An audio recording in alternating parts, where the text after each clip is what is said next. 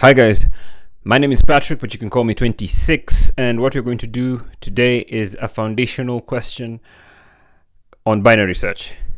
So you're given an array nums sorted in ascending order and an integer n. If target exists, return its index. If the target exists, return its index. Otherwise, return -1.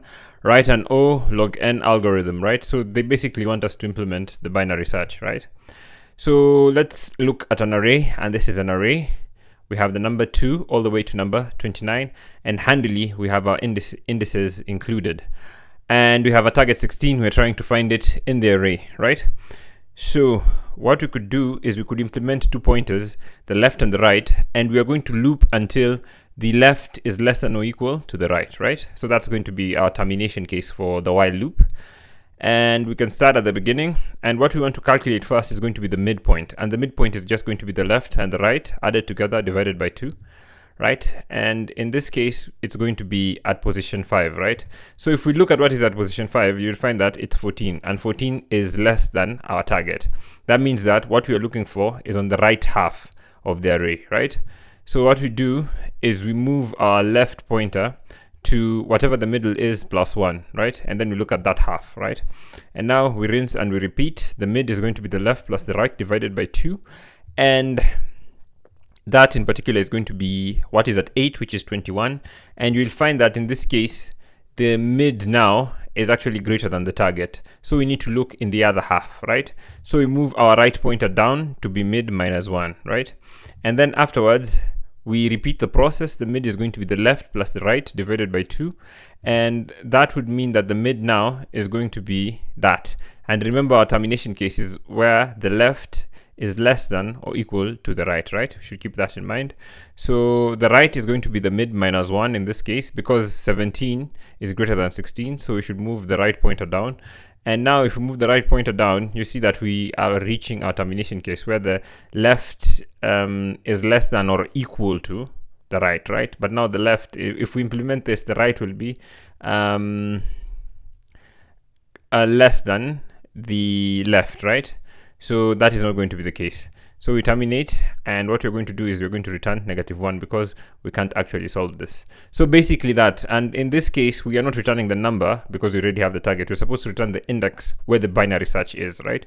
So that's basically it. Let's implement this and write this in code. So the first thing we want to do is we need our 2 pointers, so we could say var left is going to be 0 like so, and then we have right is just going to be nums dot count -1. That's going to be at the very end, and we say while, come here, say this is going to be left is less than or equal to right. That's going to be our termination case.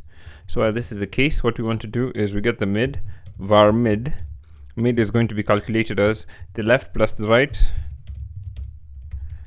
right, and we divide that by 2, right?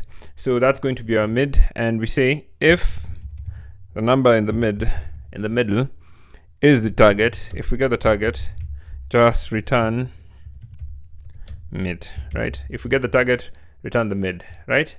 Else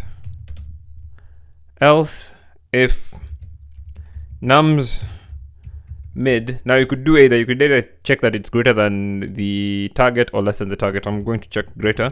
So if it's greater than the target, spell it correctly. If this is greater than the target, what do? Just come here, say right is going to be mid -1, right? And else what we want to do, and that's the only option, so it's either going to be greater than, lesser than, or bang on the money, right? So that's going to be, the left is going to be the opposite, which is going to be mid +1, so that we can check the other side. And at the end of all this, if we complete this and we haven't found it, we should just come here and we return -1 as it requires, right? -1 like so. So let's run it here and see whether it works with our test case here.